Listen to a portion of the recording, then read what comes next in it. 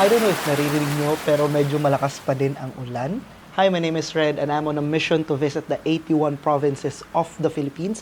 And today ay nandito pa rin tayo sa Iloilo. This is our last day and marami pa kami hindi napuntahan. Hindi pa namin na-try ang sikat na La Paz Batchoy dito sa Iloilo. Yung Robert's Siopaw, hindi pa din namin na-try. Gusto din namin pumunta sa Haro Plaza. Ang problem lang, isang timing ng punta namin dito. Weekend warrior lang kami dito. So, Sunday ngayon, babalik na kami ng Manila. And tumiming naman yung bagyo. But anyway, hopefully, kahit kumina lang ng konti yung ulan, kahit mga ambon-ambon lang, kaya naman nating maglakad-lakad kahit mga ambon, magpayo na lang tayo. Pero, ang plan today ay La Paz Batchoy, Robert Siopaw, and Haro Plaza. Yan ang plan for today. Because mamayang gabi pa naman ang flight namin pabalik ng Manila and we're hoping this entire day ay magkaka-time tayo and magkaka-chance tayo puntahan yung mga lugar-lugar na yon. So, samahan nyo kami, even if hindi makaganda ng panahon, ikutin pa din natin ang City of Love, the City of Iloilo.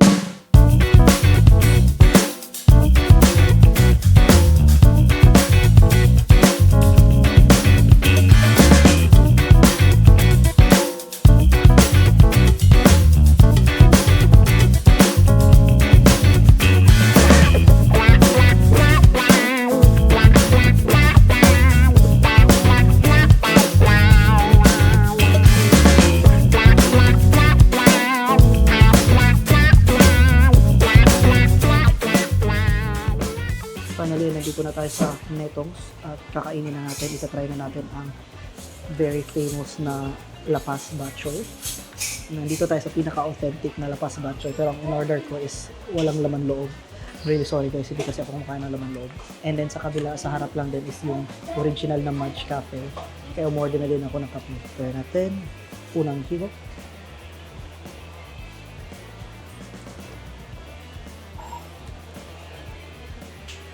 Malamig yun siya. Perfect na perfect kasi maulan ang panahon sa labas. Init na sabaw. Kaya try natin ang mismong noodles. Nahulog pa.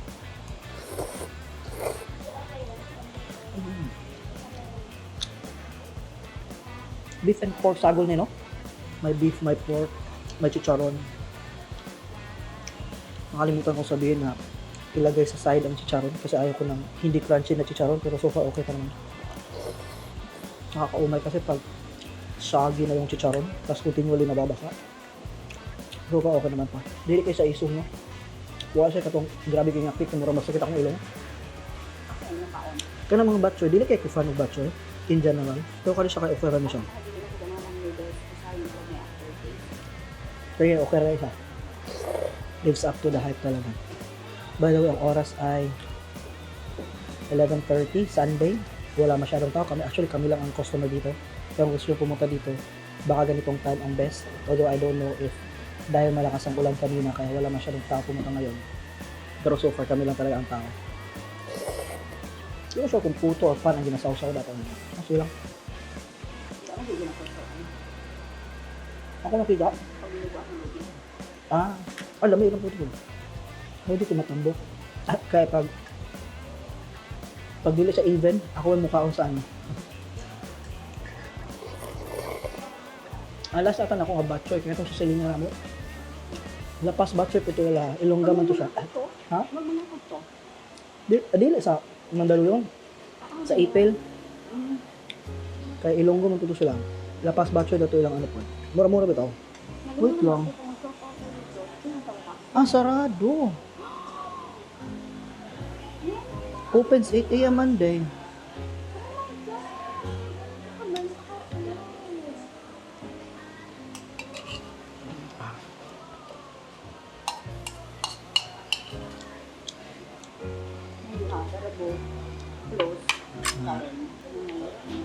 And that's it. Netong special La Paz Batchoy. Ubos. Sinmo to the last drop. Perfect na perfect sa ano. Sa tag-ulan. Next stop is itong Mudge Coffee. This is Swiss Mocha. Nasa harap lang namin yung Mudge Cafe. That is the original Mudge Cafe dito sa Iloilo. Swiss Mocha. Cheers!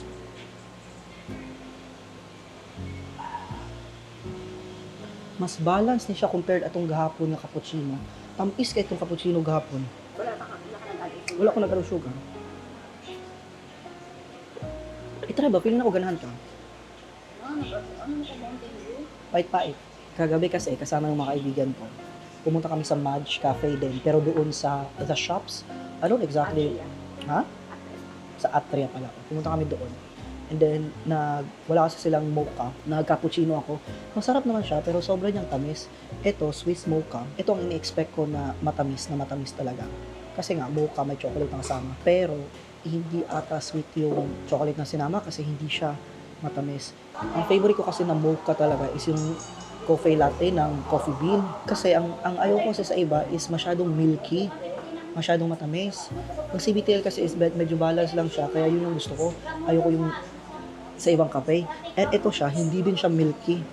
Ayaw kasi nalalasahan yung gatas talaga. Kaya, sabi ko pa sa asawa ko, ito, mukumbati ni sa CBTL, meaning lalaban to sa sa CBTL na favorite ko. And 90 pesos lang. Ang CBTL is 185 yung regular. Unfortunately, wala lang ganito sa Manila. So, Madge, baka naman gusto magbukas sa Manila man.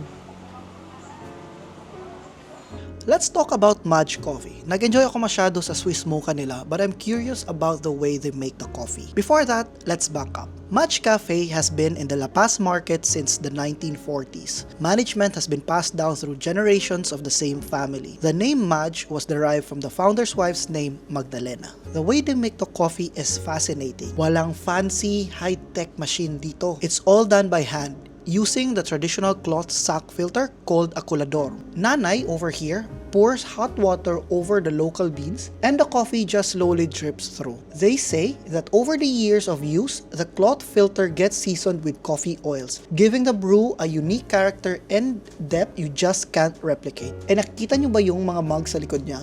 All of those have names on them. Those belong to the regulars, mga doctors, politicians, students, market vendors, and marami pa. When they come in, their personal mug is taken down for them. Wala pa ako nakitang ganito anywhere else. So yeah, coming here, you realize you're not just drinking coffee. You're kind of taking a sip of Iloilo's history. Kaya pala walang katao-tao sa daan. Laban pala ni Pacquiao today. Hindi dahil sa ulan, hindi dahil sa Sunday ngayon. Walang katao-tao kasi laban ni Pacquiao. National holiday ngayon. Supposedly, ang next stop namin ay Roberto Siopao, pero nalaman namin na sarado pala sila on Sundays. Kaya ang next stop natin ay Calle Real. Yun ang pinakamalapit from this location. Tara!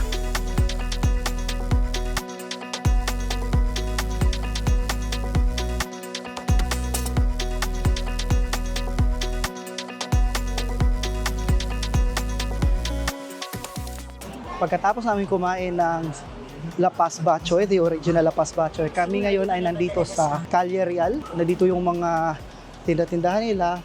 Para siyang eskolta ng Manila. Para siyang very old street kung saan yung mga tinda-tindahan is mga ganyan. Nagbebenta ng mga RTW. Pero meron daw isang museum dito na pwede namin puntahan. Real means royal in Spanish according sa nabasa ko. Ito dong street na to was the center of commerce in Iloilo during the Spanish time and preserved or pending preservation pa ito ngayon sa UNESCO Heritage as a UNESCO Heritage Site. Wala masyadong tao ngayon kasi it's a Sunday and laban kasi ni Manny Pacquiao kaya parang national holiday ng Pilipinas. Wala masyadong tao. Pero may nakita akong parang isang museum. Tingnan natin kung ano meron sa loob. May park din to lang.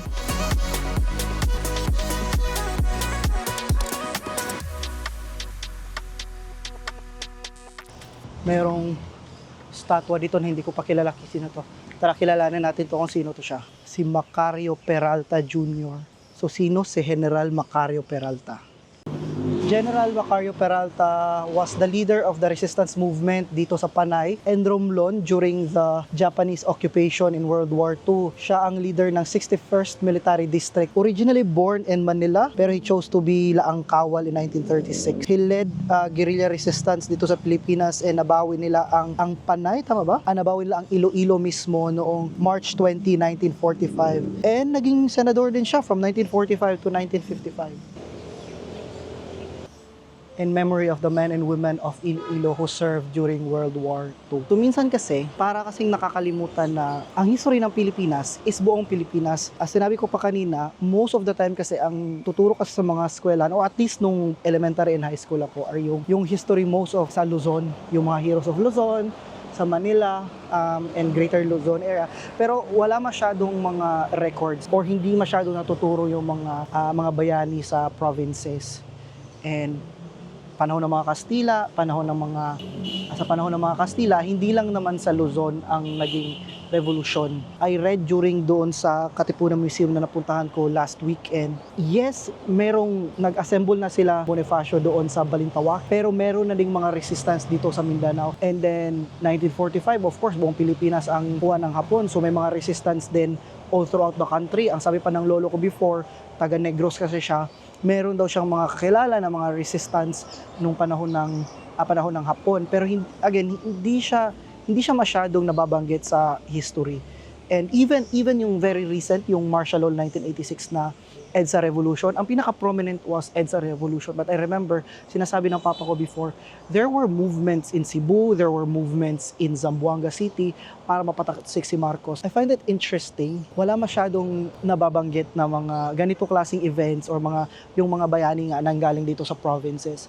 Probably because at the time wala masyadong records, or later ba siguro na uncover yung records, I don't know. Pero, and baka ngayon ay tinuturo na siya sa mga eskwelahan. Ito is experience ko lang nung bata ako, na nung nag-aaral ako sa elementary and high school, most of the history na nalaman ko is mostly in Luzon. Kaya nung first time kong pumunta talaga ng Luzon, like tumadaan ako sa Tarlac, pumunta kami ng Ilocos, like I'm always amazed kasi nababasa ko lang kasi sa libro dati. Pero stories in the Visayas and in Mindanao, very limited. Andito na tayo ngayon sa most likely the final location for this video. Nandito tayo sa Haro Metropolitan Cathedral, or known as the National Shrine of Our Lady of the Candles. This isn't just your typical church. It is the heart of faith in Western Visayas. And that's not even the most unique thing about the cathedral. It's not the inside, but it's that one up there. That is the 400-year-old stone image of Nuestra Señora de la Candelaria. And here's a fun fact for you. Legend says that when the statue was found by a fisherman, it was small enough na kaya niyang hawakan lang sa kamay niya. But it grew miraculously na it's big enough na hindi siya kayang ma-move. And no one could move it until the bishop decided it should be placed on the church facade. And here's the biggest piece of history. In 1981, during St. Pope John Paul's visit in the Philippines, he personally put a crown on the statue, making it as the only Marian image in the Philippines to be personally and canonically crowned by a pope. The church is also known for having an all-male ensemble of saints on its pillar. It's very different to the Molo Church wherein mga babae na saints ang nasa loob, making the Virgin Mary the sole queen among them.